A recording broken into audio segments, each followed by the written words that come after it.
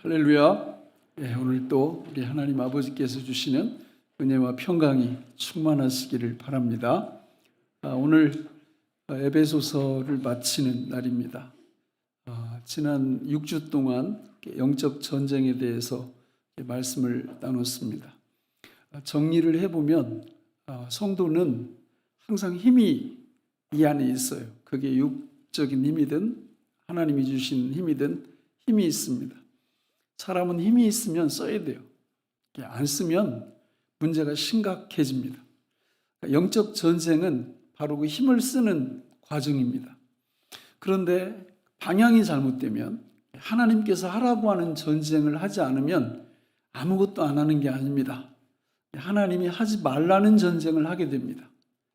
그래서 마귀와 사탄에 대해서 전쟁하는 게 아니라 오히려 자기 자신하고 전쟁하고 또 하나님의 백성들과 전쟁하고 쓸데없는 곳에 우리 힘을 사용하게 되어 있습니다. 지난 6주 동안 드린 말씀을 정리하면 1장부터 3장까지는 복음이에요. 복음. 하나님이 우리에게 주신 축복이 얼마나 엄청난 것인가를 계속 설명하고 있습니다. 그거를 소유하게 되면 나타나는 첫 번째 증상이 기쁨입니다. 얼굴이 펴져요. 그렇잖아요. 엄청난 축복을 내가 소유하고 있는데 얼굴이 어둡다? 왜 항상 기뻐하라 이렇게 명령을 하셨을까요? 기쁨거리가 엄청 많다는 거예요. 그런데 그거를 누릴 줄 모르면 얼굴이 어두워지고 그리고 기쁨 대신 다른 감정이 우리를 지배하게 되는 것입니다. 그래서 1장부터 3장까지를 내가 믿음으로 그대로 수용하면 내 신분이 이게 보통 신분이 아니구나. 어마어마한 축복을 하나님이 나한테 주신 거구나라는 것을 알 수 있게 됩니다. 근데 하나님은 우리한테 뭐라고 말씀하시느냐면 우리가 에베소서 6장 10절에 딱 보면 정리를 하는 거거든요. 1장부터 6장 9절까지 말씀을 어떤 단어가 처음에 딱 나와요? 6장 10절에 어떤 단어죠? 끝으로의 끝으로. 저 말은 결론적으로 그런 뜻이에요. 앞에서 쭉 설명해 왔던 그 말씀을 요약 종합한다는 뜻이에요. 결론적으로. 그리고 시작되는 말을 보면 너희가 주 안에서와 그 힘의 능력으로 강건하여지고, 저게 주 안에서 그 힘의 능력으로 강건함이 바로 1장에서 3장까지 얘기했던 그 진리들이에요. 하나님이 우리를 너무너무 사랑하셔서 창세전에 우리를 예정하셔서 아들 삼아주셨다. 예수 그리스도께서 그의 피로 말미암아 우리에게 속량 곧 죄사함을 주셨다. 이 엄청난 성부 성자의 구속사역의 계획과 실행을 13절 14절에 보면 성령 하나님이 우리 안에서 그걸 인을 쳐주시고 그걸 실체화시키고 그걸 삶 속에서 누릴 수 있도록 주님이 축복하신다. 그 1장의 내용이고 2장도 똑같이 우리 신분이 5절 6절에 보니까 어디까지 올라가 있다고요? 예수님과 함께 하나님 보좌 우편에 우리의 신분이 지금 고정되어 있다. 이 놀라운 이야기 아니에요? 그리고 8절 9절에 보면 우리 하나님께서 우리를 구원하신 것은 우리의 행위나 우리의 공로는 일이라도 있다 없다? 전혀 없다. 전혀 없다. 그러니까 이걸 안 믿어요, 사람들이. 심지어 설교자들도 이걸 안 믿어요. 그리고는 자꾸 뭘 붙여요, 이렇게. 구원 받으려면 이렇게 살아야 된다.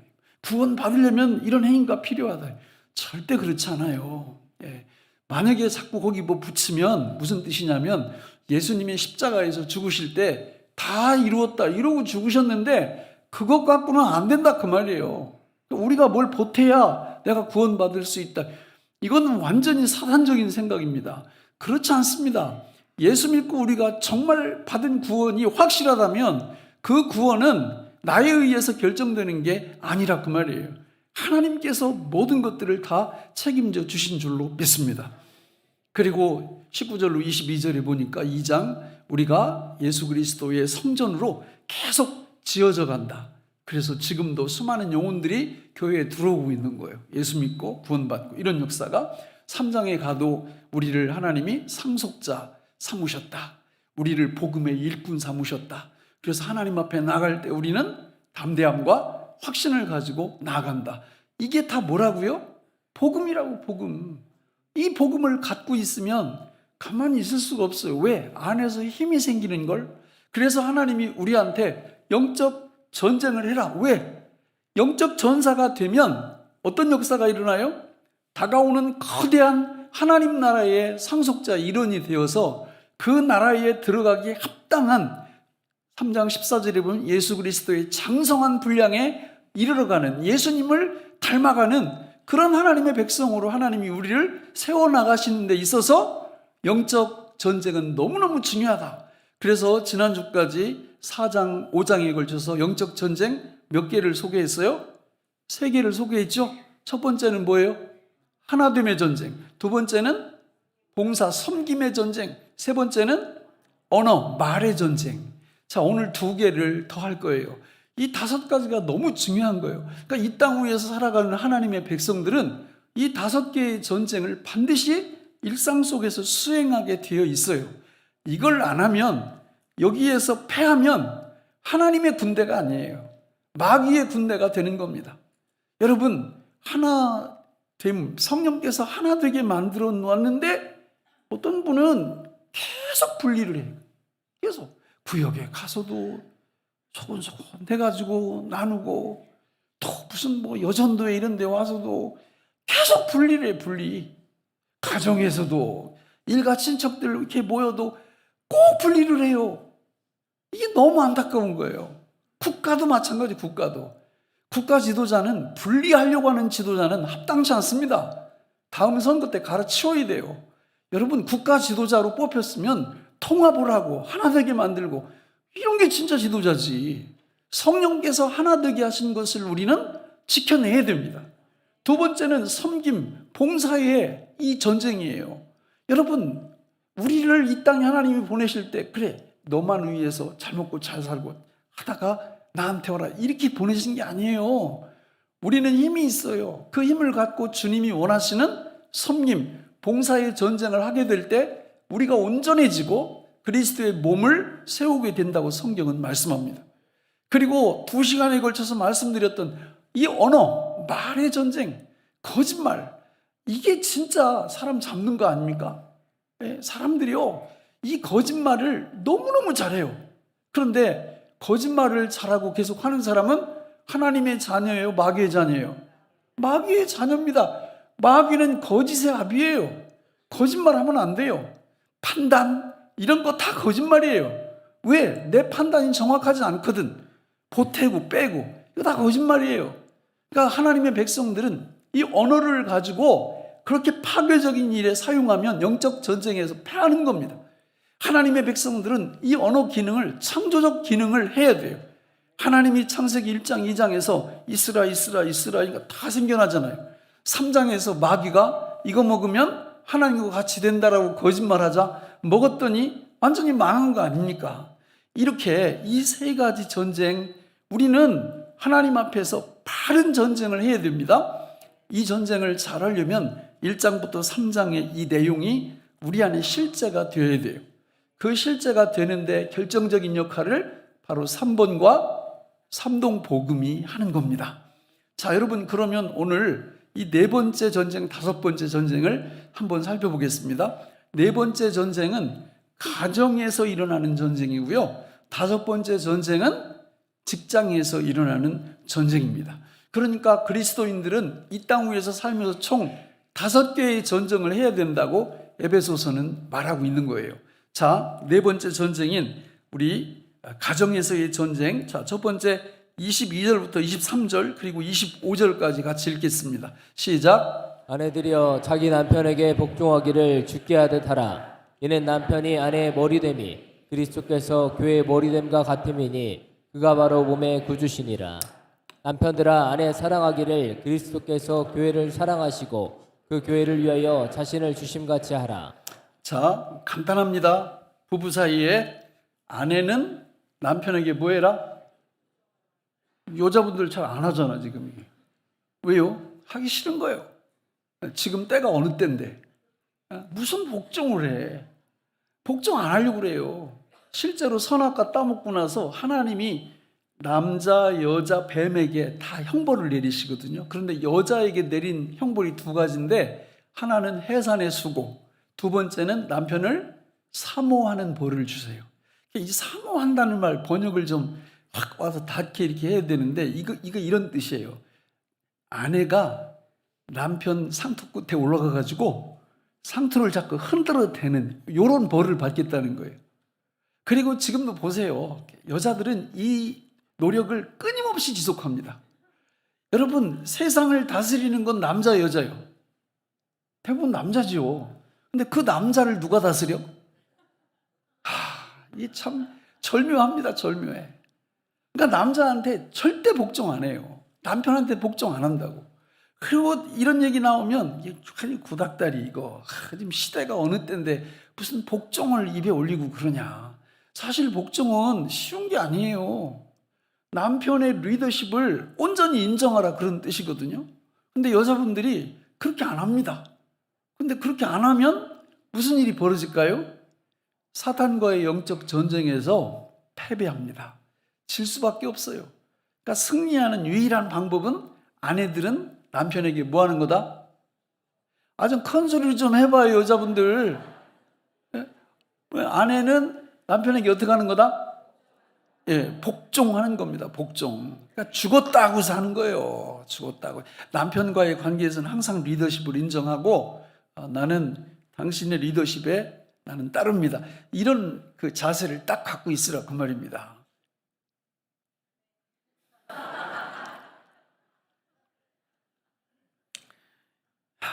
그러니까 예수님 안 믿는 분들은 이런 말 자체를 들어본 적이 없어요.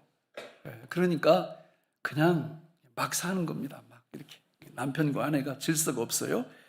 그러면 우리 남편한테는 하나님이 뭐라고 말씀하셨어요? 아내를 사랑하라 이렇게 말씀을 했어요.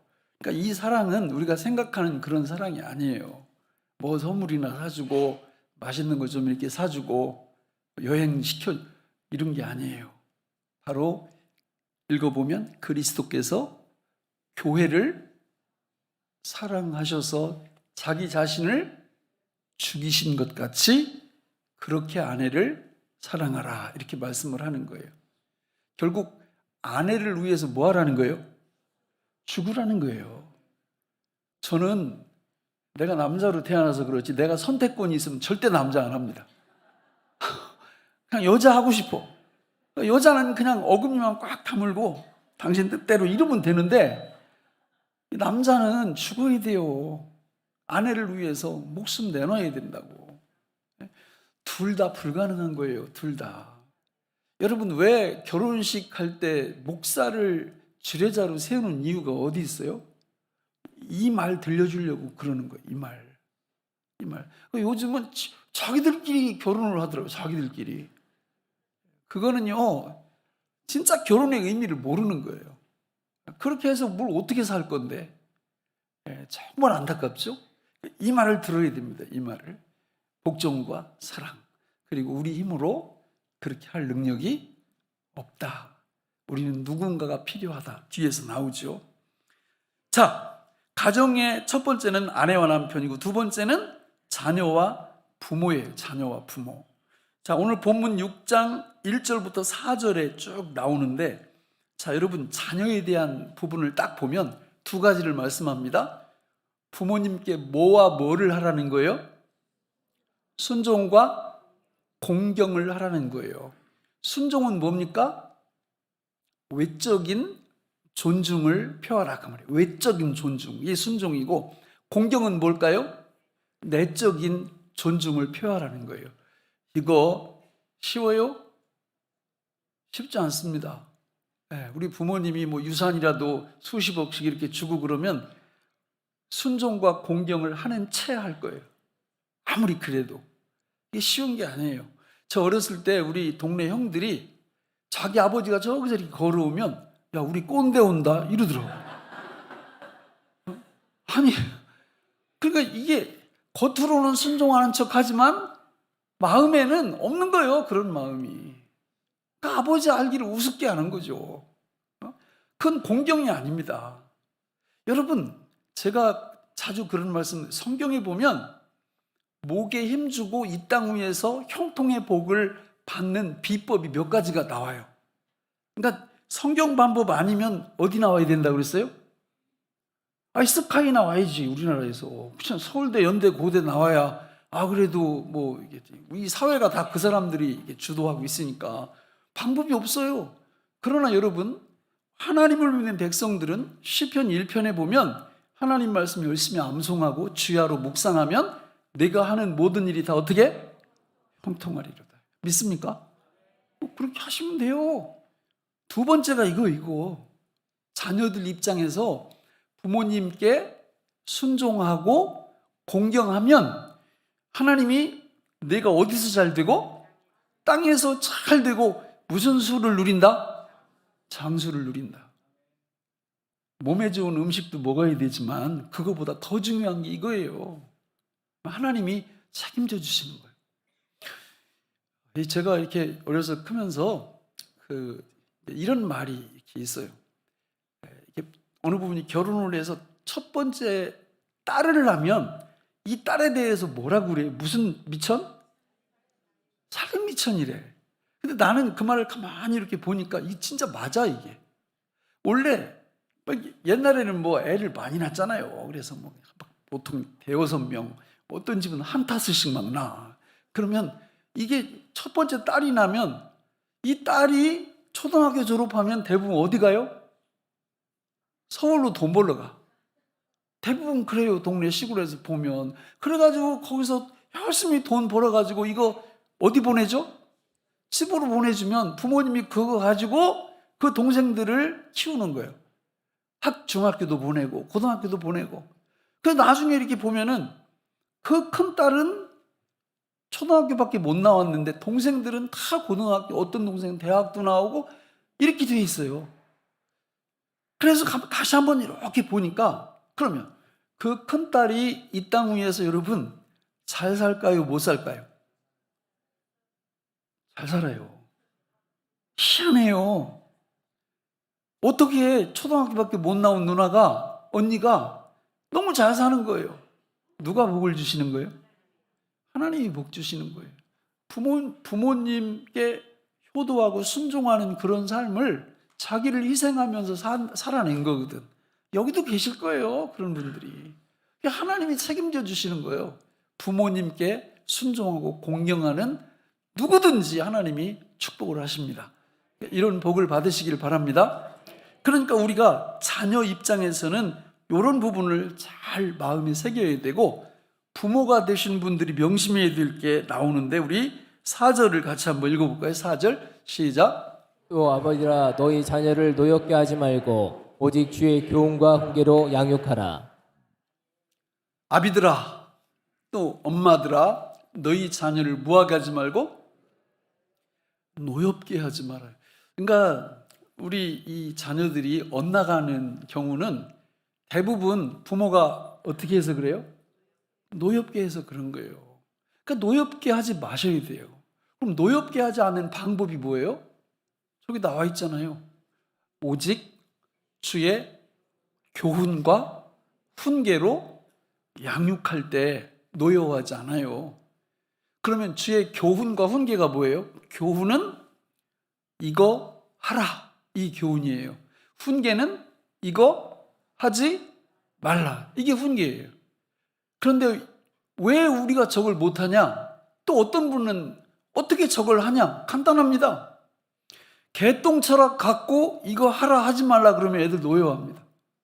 그 자기 상식선에서 이렇게 하면 안 돼, 이거 해야 돼, 이러면 애들 노여워해요. 그럼 어떻게 하면 노여워하지 않을까요? 이거 해라 할 때 근거가 하나님의 말씀, 주의 교훈이라고 그랬잖아요. 창세기 1장 2절에 보니까 하나님이 이렇게 말씀하신다, 이렇게 해라, 이렇게 말을 해야 된다는 거예요. 마태복음 1장 8절에 보니까 이렇게 하지 말라고 하신다, 이렇게 하지 마라. 우리는 주의 교훈과 훈계를 지난 6주 동안, 오늘까지 7주 동안 에베소서를 그래도 비교적 자세하게 다뤘어요. 물론 우리 청교도 설교자들 보면 에베소서 한 권 갖고 5년, 7년 설교하는 분들도 있어요. 저도 할 수 있어요. 1절 가지고 몇 번씩 설교하고 얼마든지 가능합니다. 그러면 어느 세월에 성경 66권을 다뤄요. 그래가지고 7주 만에 이거를 딱 하는데 너무 좋은 거예요. 예? 그렇잖아요. 주의 교훈 훈계가 1장, 2장, 3장, 4장, 5장, 6장 쫙 나와 있잖아요. 그럼 부모님들이 어떻게 하면 주의 교훈과 훈계로 자녀들을 가르칠 수 있겠어요? 먼저 배워야죠. 성경도 안 읽어. 어떤 분 가지고 다니지도 않고 나하고 아무 상관도 없어. 여러분, 여기 애들이 다 봐요. 여기 위에 다 본다고요. 그리고 노여워합니다. 우리 엄마 아빠는 그냥 자기 생각만 얘기해. 그래 노여워하죠. 그런데 에베소서 3장에 보니까, 에베소서 5장에 보니까 주님이 이렇게 말씀하신다. 이렇게 살아야 돼. 이렇게 살면 안 돼. 그렇게 주의 교훈과 훈계로 양육을 하면 아이들이 뭐 하지 않는다고요? 노여워하지 않아요. 그래서 그 아이들이 부모님의 권위에 순종하고 공경하는 이 땅에서 천국에서 잘 되는 우리의 자녀들이 될 수 있는 겁니다. 이런 복을 받으시기 바랍니다. 자, 여러분, 이제 가정에서의 전쟁은 이렇게 하는 거고요. 직장에서 전쟁은 어떻게 하는 거냐? 에베소서 6장 5절로 9절에 나와 있는데, 여기 보면 여기 두 종류가 나와요. 종과 상전, 직원과 사장님, 이렇게 나와요. 그러니까 우리는 종의 직원에 속할 수도 있고 사장님에게 속할 수도 있고, 요즘은 시대가 복잡해서 둘 다 속할 수도 있습니다. 그러니까 만약에 내가 직원이라면 어떻게 이 일을 감당할 거냐? 이 전쟁인데 5절 같이 읽어볼까요? 5절, 6장 5절 시작. 종들아 두려워하고 떨며 성실한 마음으로 육체의 상전에게 순종하기를 그리스도께 하듯 하라. 자, 저기 보셔도 똑같죠? 종들아 두려워하지 말고 두려워하고 경외하라. 경외. 떨며 성실한 마음. 이게 다 내적인 부분들이에요. 그러니까 우리 사장님에 대해서 이런 마음이 있어야 돼요.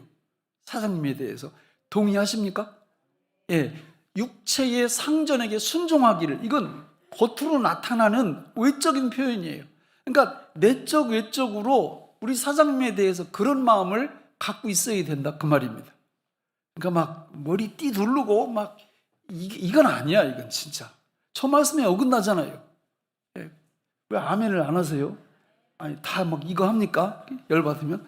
예, 저 말씀에 보면 우리 사장님에 대해서 내적 외적으로 어떤 마음을 갖고 있어요? 존경하는 마음을 품으라 그 말이에요. 그렇게 하시기 바랍니다. 여러분, 복 받는 비결이에요. 복 받는 비결. 다음 6절을 보세요. 중요한 말이 나오는데 같이 읽을까요? 시작. 눈가림만 하여 사람을 기쁘게 하는 자처럼 하지 말고 그리스도의 종들처럼 마음으로 하나님의 뜻을 행하고 사람들에게 하듯 하지 말라. 자, 6절 시작할 때 뭐 하지 말라고요? 눈가림. 야, 이거 너무 중요한 거예요. 우리는 그냥 눈가림만 이렇게 할 수 있어요. 근데 절대 여러분 그렇게 하시면 안 돼요. 뭘 하나를 맡아도 온 마음으로 누구에게 하듯? 주께 하듯. 저는 이제 이게 주머니가 없어가지고 교회를 많이 경험을 못했어요. 첫 번째 교회는 우리 고향교회 예수님 믿었을 때 2년 다녔고, 그리고 이제 신학하려고 수원에 와서 한 교회를 17년을 섬겼고, 그리고 우리 교회에 와서 지금 27년째예요. 근데 먼저 있던 교회가 굉장히 큰 교회입니다. 지금 우리 교회보다 훨씬 크죠. 그 당시에도. 그런데 이 교회 안에 부교육자들이 되게 많아요. 근데 지금은 한 40년이 흘렀으니까 다 이렇게 보이잖아요. 그죠? 누가 어디서 목회하고 어디서 목회하고. 저도 사실 눈가림 많이 했거든요. 그런데 하나님이 저는 참 긍휼히 여겨 주신 것 같아요. 심은 대로 거둔다 그런 뜻이에요. 심은 대로 거둔다. 사람 속이는 건 쉬워요. 눈가림 얼마든지 할 수 있어요. 그런데 누가 불꽃 같은 눈초리로 다 보고 계세요? 하나님이 다 보고 계시는 거예요. 이 눈가림만 하는지 온 마음으로 그 일을 하는지. 그리고 시간이 10년, 20년, 30년 지나 보면 다 드러납니다. 그게 다 드러나요. 그래서 여러분, 우리가 내가 종업원으로 어디 가서 일을 하신다고 할 때 눈가림으로 하지 말고 온 마음을 다해서 그 일을 하시기를 바랍니다. 자, 그럼 사장님은 어떨까? 사장님, 자, 우리 9절 말씀 같이 읽어볼까요? 시작. 상전들아 너희도 그들에게 이와 같이 하고 위협을 그치라. 이는 그들과 너희의 상전이 하늘에 계시고 그에게는 사람을 외모로 취하는 일이 없는 줄 너희가 알미라. 아멘. 자, 상전들아 너희도 그들에게 이와 같이 하고, 이 얘기는 뭐냐면 앞에 종들이 하는 일을 상전들도 똑같이 하라 그 말이에요. 눈가림으로 하지 말고 종업원들을 인격적으로 대하고 온 마음으로 사랑하고 이렇게 하라는 거예요. 그러면서 하나를 덧붙이는데 뭘 그치라? 위협을 그치라. 위협을 그치라. 이게 그 사장의 자리에 있으면요, 너무 이렇게 성과에 막 신경을 쓰다 보면 종업원을 목적으로 보지 않고 수단으로 볼 때가 많아요. 그렇게 하지 말라는 거예요. 위협하지 말고 고귀한 인격체로, 그 안에도 예수님이 신자라면 살아계시잖아요. 그러니까 존중하면서 위협하지 말고 종업원들을 잘 관리하고 섬기라, 이런 뜻이에요. 이렇게 하게 되면 하나님이 어떻게 하신다고요? 놀라운 축복을 베푸신다. 영적 전쟁에서 승리하게 하신다. 마귀의 도구로 쓰임받지 않는다. 이렇게 말하고 있다는 거예요. 자, 정리합니다. 복음을 정말 가진 사람은 이 땅 위에서 5가지의 영적 전쟁을 수행한다. 첫째가 뭐라고요? 하나됨의 전쟁. 두 번째가 섬김의 전쟁. 세 번째가 언어의 전쟁. 네 번째가 가정의 전쟁. 다섯 번째가 직장의 전쟁이에요. 이 5개의 전쟁을 잘 수행하면, 자, 결론, 영적 실상, 영적 무장, 영적 기도, 영적 전투. 영적 전투가 뭐예요? 전도의 전도였잖아요. 전도가 그냥 됩니다. 전도가 돼요. 이 5가지는요, 앞에 복음을 실어 나르는 그릇이에요. 이 5가지 전쟁은 이 3장까지 얘기했던 이 복음을 담고 있는 그릇과 같아요. 그러니까 우리가 사람들한테 이 복음을 직접 말할 때가 있죠. 그죠? 예수 믿고 구원받으세요, 이렇게 말하면 반응이 2가지죠. 하나는, 내가 한번 생각해 볼게. 저 베드로전서 3장 15절에 보면 먼저 물어올 수도 있어요. 그런데 그런 대답이 아니라 딱 보면서 누구나 잘하세요? 니나 잘하세요. 이렇게 상대방이 나한테 얘기하고 있다면 나는 이 5가지의 영적 전쟁에서 실패하고 있다라는 거예요. 그 사람들이 볼 때 너나 잘하세요, 이 얘기는 당신 맨날 분열 책동하잖아. 당신 갖고 있는 재산, 시간 이런 거 가지고 당신만을 위해서 살고 있잖아. 당신 입만 벌리면 거짓말이잖아. 내가 어떻게 믿어? 그리고 당신 가정을 봐봐. 그리고 직장에서 당신의 이 근무 태도가 뭐야? 난 당신이 믿는 예수 안 믿어. 이렇게 나온다는 거예요. 자, 이런 말 듣지 마시길 바랍니다. 5가지 전쟁에서 승리하면 돼요. 이 승리의 비결이 오늘 우리가 읽은 본문 안에 들어있어요. 우리 29절부터 32절까지 같이 읽어보겠습니다. 시작. 누구든지 언제나 자기 육체를 미워하지 않고 오직 양육하여 보호하기를 그리스도께서 교회에게 함과 같이 하나니 우리는 그 몸의 지체임이라. 그러므로 사람이 부모를 떠나 그의 아내와 합하여 그 둘이 한 육체가 될지니 이 비밀이 크도다. 나는 그리스도와 교회에 대하여 말하노라. 아멘. 여러분, 왜 인간 결혼 얘기를 쭉 말씀하시다가 저기 갑자기 이 비밀이 크도다. 나는 그리스도와 교회에 대하여 말하노라. 이렇게 말을 할까요?